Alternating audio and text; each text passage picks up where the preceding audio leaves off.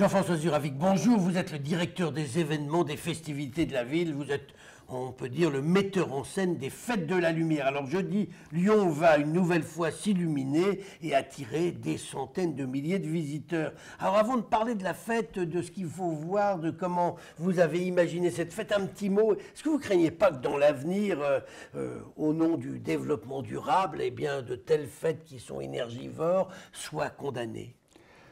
Bonjour. Bonjour. Condamné à cause d'un environnement plus éco-responsable, j'en suis pas sûr, puisque je vous rappelle que la consommation électrique de l'ensemble des 80 créations est de l'ordre de 10 000 euros. Le problème qu'on a, il ne faut pas se le cacher, c'est des conditions budgétaires qui deviennent drastiques avec les contraintes de sécurité. Et ça pèse sur l'organisation, c'est certain. D'accord, mais en ce qui concerne la consommation, finalement, on ne consomme pas tellement. Ben, on consomme peu et on oublie surtout de calculer tout ce qu'on éteint pendant la fête des Lumières, même pendant la préparation. Alors donc, en fait, sur le plan énergétique... Sur le plan énergétique, je vous rappelle que quelquefois, on peut avoir une création qui consomme l'équivalent de 2 fers à repasser. Et que 8 à 10 000 euros, non, mais la technologie aide beaucoup, et donc effectivement, le reproche qu'on pourrait faire à ce genre de manifestation n'est pas lié à la consommation énergétique. Il y a quand même une problématique, c'est que les grands producteurs de gaz à effet de serre, c'est les visiteurs finalement, avec les déplacements. D'accord. Bon, alors Jean-François Zuravic, parlons maintenant de la fête qui commence ce jeudi. Qui choisit les spectacles ? C'est vous ? C'est une bonne question. Avec mon équipe, nous faisons une première sélection et je défends devant mon élu de référence, devant le maire et devant la commission d'appel d'offres pour certains projets, je défends notre préconisation. Et alors comment les gens envoient leurs projets ? C'est vous qui prenez contact avec certaines équipes que vous connaissez, ou alors les gens au bout du monde disent si on connaît la Fête des Lumières, on va leur envoyer un projet ? Les deux. La renommée de la fête fait qu'on reçoit des projets spontanément et on lance un appel à projet, soit marché public, soit concours libre, avec des partenaires mécènes aussi, et on reçoit beaucoup de projets, et on piste aussi certaines possibilités, certaines créations. Alors Jean-François Zuravic, ceux qui nous écoutent ce matin, on va essayer de leur dire qu'est-ce qu'il faut voir cette année, surtout ne pas manquer Bellecour comme d'habitude, Saint-Jean comme d'habitude. Oui, c'est toujours une question un peu délicate parce que je n'aime pas fanfaronner avant l'événement, mais je dois bien vous donner quelques pistes. Ça serait mieux. Bellecour, c'est un très beau projet et un grand projet. C'est une petite place pour de grands rêves. Vous avez compris, la place n'est pas si petite que ça, mais je vous conseille vraiment d'y passer. La cathédrale, une équipe portugaise qui s'appelle Okubo, qui travaille avec des pigments de lumière.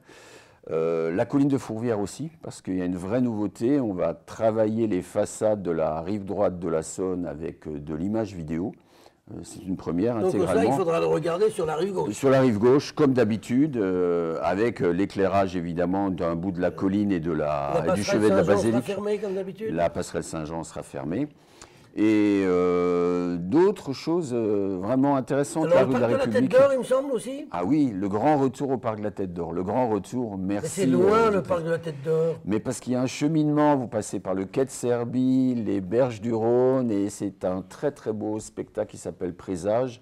Et c'est quand même un espace d'oxygénation, enfin pas seulement végétale, mais aussi de sortir de la presqu'île. Donc il faut qu'on y aille. Dites-moi Jean-François Zuravic, ça fait 10 ans maintenant que Lyon a une vraie expertise dans le domaine de la lumière. Vous allez partout dans le monde pour aider d'autres villes à créer leurs propres événements. On n'est pas en train de scier la branche sur laquelle on est assis. Est-ce qu'on a toujours autant d'étrangers qui viennent parce qu'ils ont ça dans leur propre ville ? D'abord, je pense qu'on contribue au rayonnement de la ville, et puis c'est quand même unique en France d'avoir une ville, une collectivité territoriale qui peut exporter son expertise et ramener quelques recettes, subsides complémentaires aussi. Est-ce que vous êtes payé quand vous allez là-bas ? Je ne viens pas gratuitement, enfin c'est la ville qui ne vient pas gratuitement, ça ramène un petit bout de budget supplémentaire. Et donc, je ne pense pas qu'on scie la branche. Et puis, le festival de la Fête des Lumières de Lyon reste unique parce que c'est la plus grande. Et puis, il y a le 8 décembre. Oui, ben il y a déjà, oui, il y a l'origine. Je veux dire, on peut pas, ce qu'on ne pourra jamais, je dirais, exporter, c'est notre âme, notre culture et notre tradition. Et puis après, je dirais que c'est quand même aussi très très important de conserver le leadership. Et pour répondre à votre question, très précisément, les calculs de l'an dernier situent qu'il y a 70% des visiteurs viennent de la région lyonnaise et 30% de l'extérieur, donc c'est de l'étranger. Mais 30% sur environ 2 millions de visiteurs, je vous laisse faire le calcul, c'est beaucoup. Ça fait de moins en moins, puisqu'avant il y avait 4 millions. Ou alors ça veut dire que les chiffres de 4 millions étaient totalement fantaisistes. Les chiffres de 4 millions étaient calculés, on va dire, au petit doigt mouillé, et vous savez que maintenant on a des outils pour calculer précisément, beaucoup plus précisément l'audience. Et je vous rappelle aussi on est sur 4 heures d'exploitation chaque soir, donc on perd un peu une part de population. On a maintenant 2 millions, c'est vraiment 2 millions de visiteurs. C'est vraiment 2 millions de visiteurs et ça reste un événement classé au niveau international pour dans les 5 plus grands au monde quand on compare la durée de l'événement par rapport au public reçu. Eh bien, rendez-vous à partir de jeudi, c'est jeudi, vendredi, samedi, dimanche. Hein, de quelle heure à quelle heure ? Alors, le jeudi, on démarre à 19 h, le vendredi, samedi, 20 h et le dimanche à 19 h. Et ça se termine à minuit. Et ça se termine 23 h jeudi, dimanche et minuit les autres soirs. Eh bien, je pense qu'on aura tous les renseignements. Jean-François Zuravic, je vous remercie. Je vous en prie.